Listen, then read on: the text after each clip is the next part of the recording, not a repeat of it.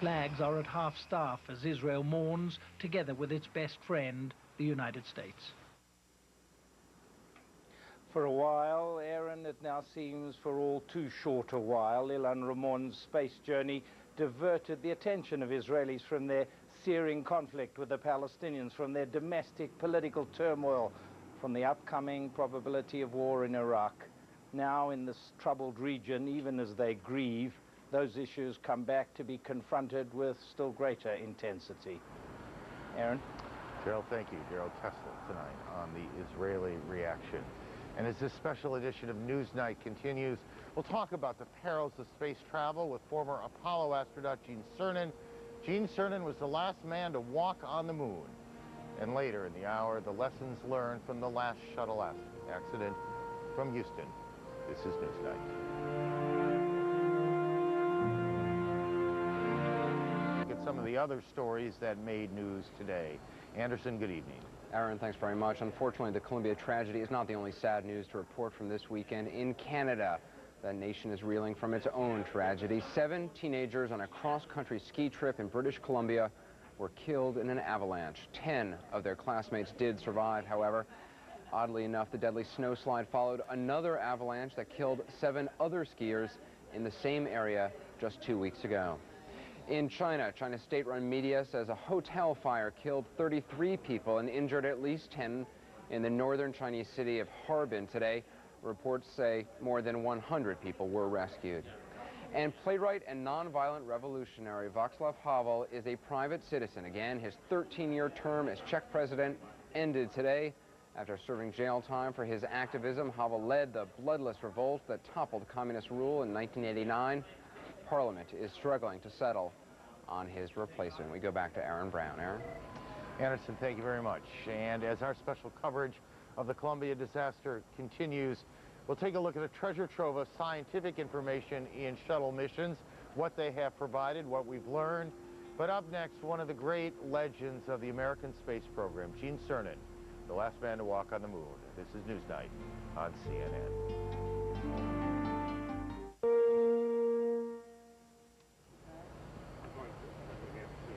When last we spoke with astronaut Gene Cernan, it was a much happier occasion, I must say. The subject was the moment 30 years ago when he and Harrison Schmitt became the last men to walk on the moon.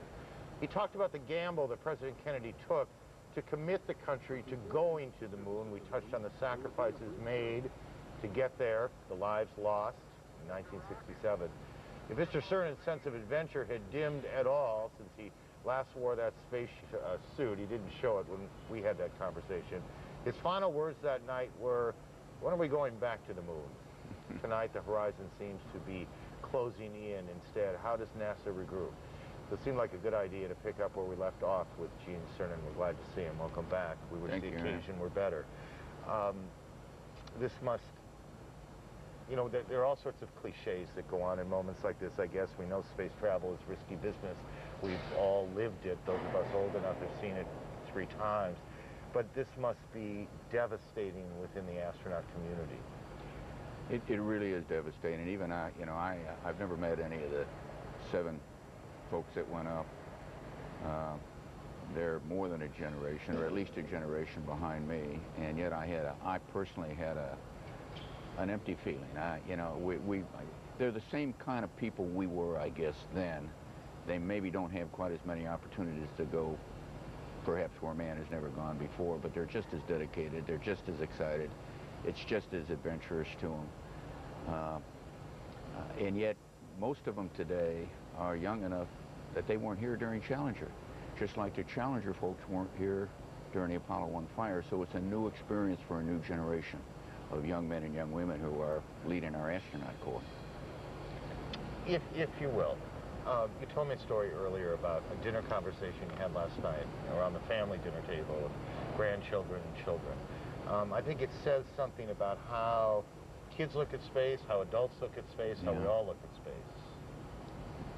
Well, my daughter, who when I flew was 3, 6, and 9, and 9 she was very much a part of Apollo 17, never talked to me much about going into space, or never really asked me a lot of questions. She's 39 years old today, and all of a sudden she's been asking me for 2 solid days almost what seems like 2 solid days. Questions about this accident. Why did it happen? How did it happen? Asked me about the families. Asked me about how we felt. Was delving into me as my daughter, like maybe she was reliving what could have possibly happened to her father, and she never accepted it or realized it at the time. By the same token, she's got a 10-year-old daughter who I asked how she felt about this, if she knew what really happened, and she said she did.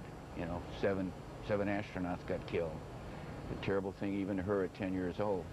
But I asked her if she wanted to go into space, and she said, "Oh, Poppy, I always wanted to go to the moon." She never told me that, but she said, "I always wanted to go to the moon. I always wanted to go into space." And I said, "Well, do you still want to go after this accident?" And she thought a minute, and she said, "Yeah, I still want to go." And I think that says a lot about the younger generation. They're willing to look beyond and look at what is exciting, and maybe they don't understand the full reward of it, but there's something more there than just the tragedy of the accident to a young 10-year-old.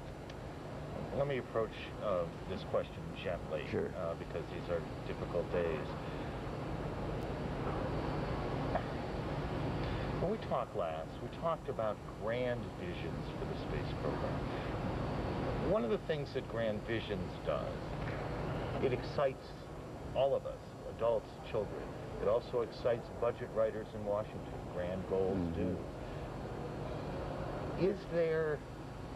Has NASA lacked a grand goal, the kind of goal that gets us all to stand out at night and look at the sky and say, my word, that's incredible?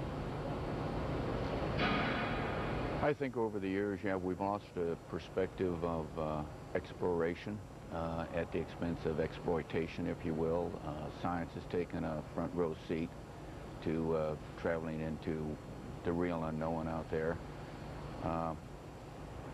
I have a hard time with that myself. I've been somewhat of a critic, and I think, you know, I came back after Apollo 17, 30 years ago, and I said, you know, I'm tired of being called the tail of the dog, the last one over the fence. This is the end. You know, I said, it's not the end, it's the beginning. Not only are we going to go back to the moon, you know, we'll be on our way to Mars by the turn of the century. My glass is only half full, not half empty. I think in spite of what happened in the past 24 hours, I think the long-range vision of humanity, of people in this country, and of NASA, once we get the station put together, and it is to go back to the moon, is to explore the unknown. And there's no greater unknown than the universe which surrounds us. You know, you and I have an insatiable desire to learn something. Who are we? Where are we? How long is forever? When did time begin? I don't know if we'll ever find the answers to all of those questions, but I stood at a point in time on the surface of the moon where technology and science could no longer give me the answers. I was at a point where science met its match, and I wanted to take that next step.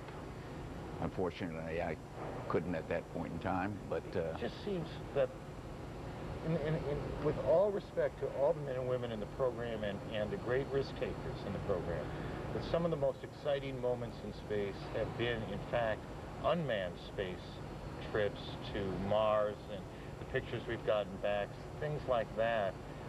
And it's not the same. It is not the same as seeing you walk on the moon. The reason, you know, you can't really identify with a black box or a robot that travels over Mars. It's fascinating, it's exciting. I found it exciting too, but only because it invigorated me to want to follow. And I think that's the way it always will be. Exploring the unknown is not worth a great deal, I don't believe, unless man can follow. You know, why do we go over the mountains, across the deserts? Why did Columbus sail across the ocean? And there's risk involved in all of this. I'm convinced, although I don't know many of them, that every young man and woman in the space program today would give their eye tooth to go to the moon or go to Mars. But yet, you know, what they're doing has been spelled out for them. What they're doing is certainly important. We can't argue with the risk. We saw a little bit about what that entails as of last night, no matter how far you go, no matter how far you come back from. But I yearn for the excitement of going back out there again personally. I want to see those 17 and 18-year-old kids have the same opportunities that I had. to once again live in their own little Camelot on a place called the Valley of Torres Litro. It's